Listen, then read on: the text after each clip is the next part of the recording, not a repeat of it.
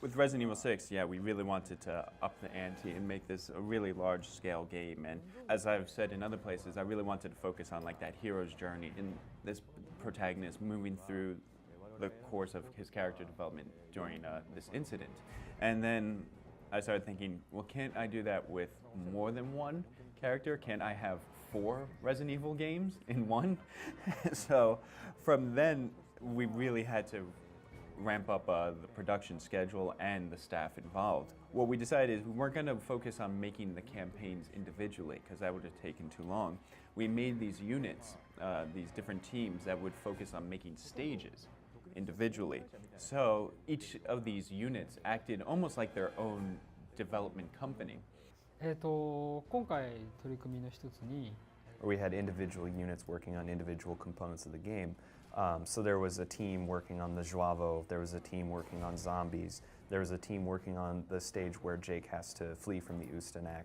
And this very quickly led to sort of a friendly competition between teams where the Joavo guys are like, we're not going to lose the zombie guys, our enemies are going to be more awesome than theirs. And every set period, we would get together and we would have a team-wide review of the game. We would look at, is this fun, is this cool, is this scary, and exchange ideas. And this review process was one of the things that really helped us improve the quality of the title. 今回本当に The volume this time around for the game was huge. It was one of the major points of development. Actually, all of the enemies in the game are technically new.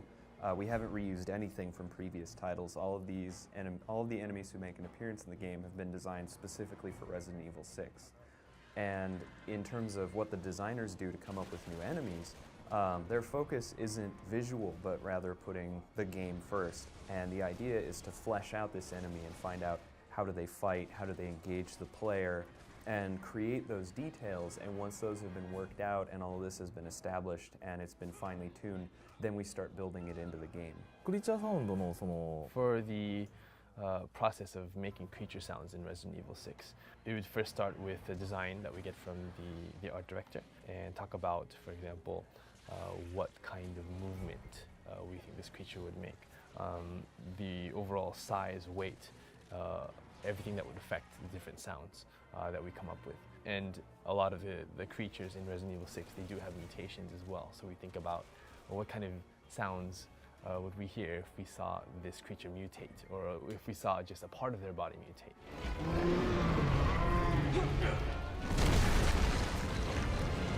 Obviously, the main focus when we set out to do RE6 was to create the next chapter in the survival horror series. And we really wanted to capture this kind of idea of horror and having to flee from your enemies. And so each chapter and each character possess a different type of horror focus.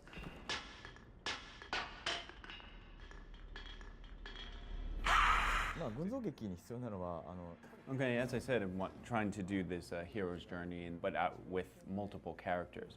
And the reasoning for that was, what if you take this one incident, but then if you have all these characters, they're not all going to react the same way. They all have their own points of view.